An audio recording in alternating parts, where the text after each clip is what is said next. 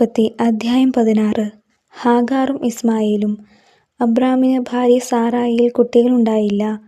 അവൾക്ക് ഹാഗാർ എന്നു പേരുള്ള ഒരു ഈജിപ്തുകാരി ദാസിയുണ്ടായിരുന്നു. സാറായി അബ്രാമിനോട് പറഞ്ഞു, മക്കളുണ്ടാവാൻ ദൈവം എനിക്ക് വരം തന്നിട്ടില്ല. നിങ്ങൾ എൻ്റെ ദാസിയെ പ്രാപിക്കുക. ഒരുപക്ഷേ അവൾ മൂലം എനിക്ക് കുഞ്ഞുങ്ങളുണ്ടായേക്കാം. അബ്രാം സാറായിയുടെ വാക്ക് അനുസരിച്ചു.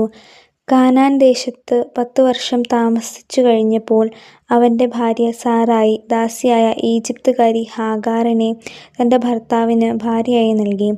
അബ്രാം അവളെ പ്രാപിക്കുകയും അവൾ ഗർഭം ധരിക്കുകയും ചെയ്തു. താൻ ഗർഭിണിയാണെന്നറിഞ്ഞപ്പോൾ യജമാനത്തിയെ അവൾ നിന്ദയോടെ വീക്ഷിച്ചു. സാറായി അബ്രാമിനോട് പറഞ്ഞു, എൻ്റെ ദുരിതത്തിന് നിങ്ങളാണ് കാരണക്കാരൻ. ഞാനാണ് എൻ്റെ ദാസിയെ നിങ്ങളുടെ ആശ്ലേഷത്തിന് വിട്ടു തന്നത്. പക്ഷേ താൻ ഗർഭിണിയാണെന്ന് കണ്ടപ്പോൾ അവൾക്ക് ഞാൻ നിന്ദയായി. എനിക്കും നിങ്ങൾക്കും മധ്യേ കർത്താവ് തന്നെ വിധിയാളനാവട്ടെ. അബ്രാം പറഞ്ഞു, നിന്റെ ദാസി ഇപ്പോഴും നിന്റെ കീഴിലാണ്. നിന്റെ ഇഷ്ടം പോലെ അവളോട് പെരുമാറിക്കൊള്ളുക. സാറായി അവളോട് ക്രൂരമായി പെരുമാറാൻ തുടങ്ങി.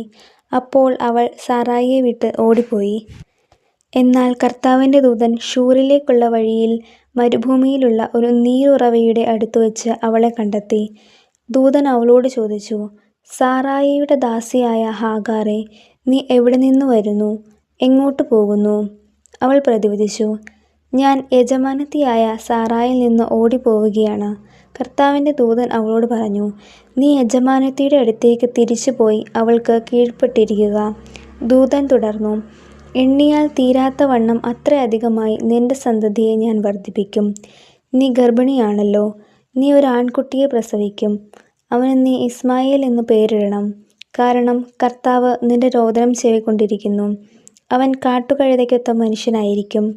അവൻ്റെ കൈ എല്ലാവർക്കുമെതിരായും എല്ലാവരുടെയും കൈ അവനെതിരായും ഉയരും. അവൻ തൻ്റെ സഹോദരങ്ങൾക്കെതിരായി വർത്തിക്കുകയും ചെയ്യും. അവൾ തന്നോട് സംസാരിച്ച കർത്താവിനെ എൽറോയ് എന്ന് വിളിച്ചു. കാരണം എന്നെ കാണുന്നവനായ ദൈവത്തെ ഞാനും ഇവിടെ വച്ച് കണ്ടു എന്ന് അവൾ പറഞ്ഞു.